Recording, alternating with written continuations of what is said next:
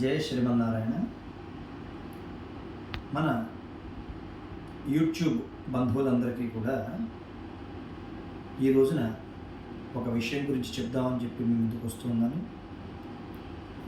మా దగ్గరికి జాతక పరిశీలనకు వచ్చినప్పుడు చాలామంది అడుగుతూ ఉంటారు, మా అబ్బాయికి వివాహం ఆలస్యం అవుతుందండి, లేదా మా అమ్మాయికి వివాహ ఆలస్యం అవుతుంది, ఏదైనా పరిహారం ఉంటే సూచించండి గురువుగారు అంటూ ఉంటారు. అయితే మనకి ఖచ్చితమైనటువంటి జన్మ తేదీ సమయం ఉంటే కనుక ఆ జాతక చక్ర పరిశీలన చేసి అందులో సప్తమ స్థానాన్ని ఎలా ఉందో చూసుకొని దానికి తగ్గ పరిహారము, లేదంటే కుజదోషం, సర్పదోషం, కాల సర్పదోషం ఇత్యాదులు ఏమైనా ఉంటే కూడా వాటికి తగ్గ పరిహారాన్ని సూచిస్తూ ఉంటాం.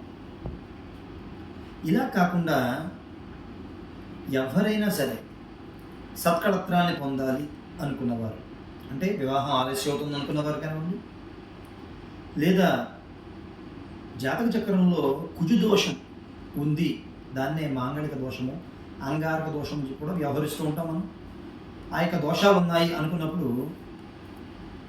ఈ వివాహ ఆలస్యం అవుతూ వారికి ఎన్ని సంబంధాలు వచ్చినా సరే కుదరకపోవడం లాంటివి జరుగుతుంది. అటువంటి వారికి ఒక పరిహారాన్ని మనకి శాస్త్రంలో చెప్తున్నారు. అది కాత్యాయని వ్రతకల్పం. కాత్యాయని వ్రతకల్పం అని చెప్పి వ్యవహరిస్తుంటుందండి. ఈ యొక్క కాత్యాయని వ్రతకల్పాన్ని మంగళవారం నాడు ఆచరించాలి.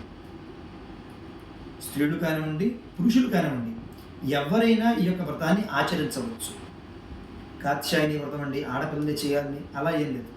స్త్రీలు కానీ పురుషులు కానీ ఎవరైనా సరే, ఎవరికైతే వివాహం ఆలస్యం అవుతుందో, లేదా అంగారక దోషం, మాంగళిక దోషం, కుజుదోషం లాంటివి ఉన్నాయో వాటి నివారణ కోసం చెప్పి ఈ యొక్క కాత్యాయని వ్రతాన్ని ఆచరించవచ్చు. ఈ యొక్క కాత్యాయని వ్రతకల్పం మనకి పుస్తకం రూపంలో మనకి దొరుకుతుంది. ఈ యొక్క కాత్యాయని వ్రతాన్ని ఎవరైతే 7 మంగళవారాలు ఉదయం నుంచి సాయంకాలం దాకా ఉపవాసం ఉండి, సాయంకాలం వేళ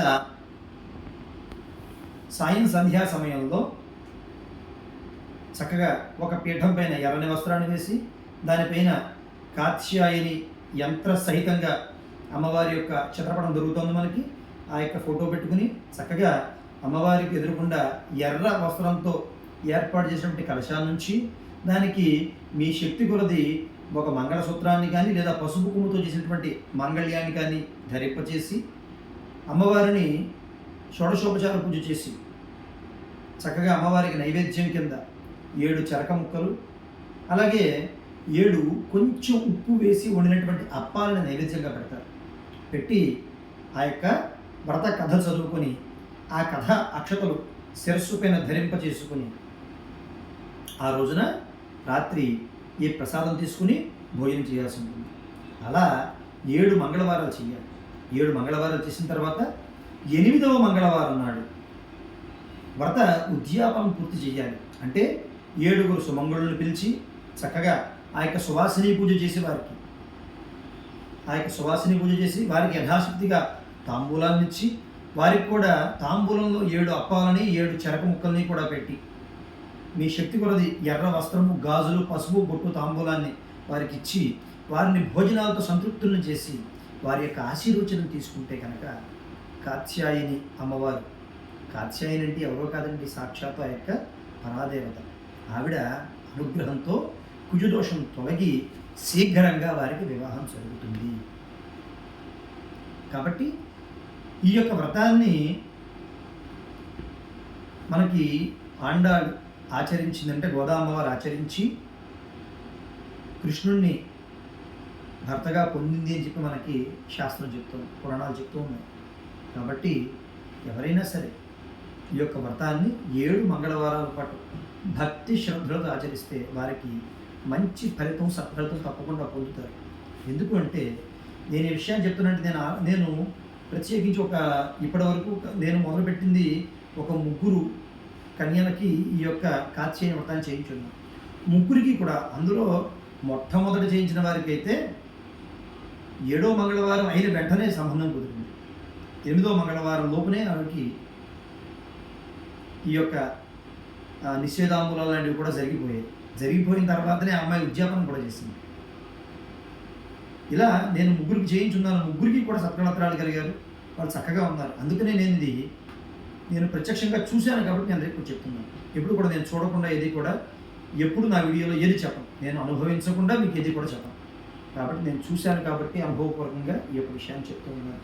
ఇక కాత్యాయని అంటే ఎవరో కాదండి, సాక్షాత్ ఆ యొక్క పరాదేవత. కటి మహర్షికి జన్మించినటువంటిది కాబట్టి ఆమెని కాత్యాయని అని చెప్పి వ్యవహరిస్తూ ఉంటారు. కాబట్టి ఆ యొక్క కాత్యాయని వ్రతంలో కూడా మనకి అంగారకుడు ఎలా ఉద్భవించాడు, అలాగనే సతీ వియోగం పరమేశ్వరుడికి ఏ విధంగా కలిగింది, తదుపరి అంగారకుడు శివుడి యొక్క పాలభాగం నుంచి ఒక చెమట బిందు రూపంలో భూమి మీద పడి ఎలా ఉద్భవించాడు, ఆ యొక్క అంగారకుడిని భూదేవి ఎలా పుత్రుడిగా స్వీకరించింది, తదుపరి పరమేశ్వరుడు పార్వతీదేవిని ఏ విధంగా వివాహం చేసుకున్నాడు, ఇదంతా కూడా ఆ యొక్క వ్రతకల్పంలో ఉండేటువంటి కథలో ఉంటుంది. కాబట్టి ఈ యొక్క వ్రతాన్ని భక్తి శ్రద్ధలతో ఆచరించి మంచి సత్ఫలితాన్ని పొందండి. శ్రీమాత్రే నమః.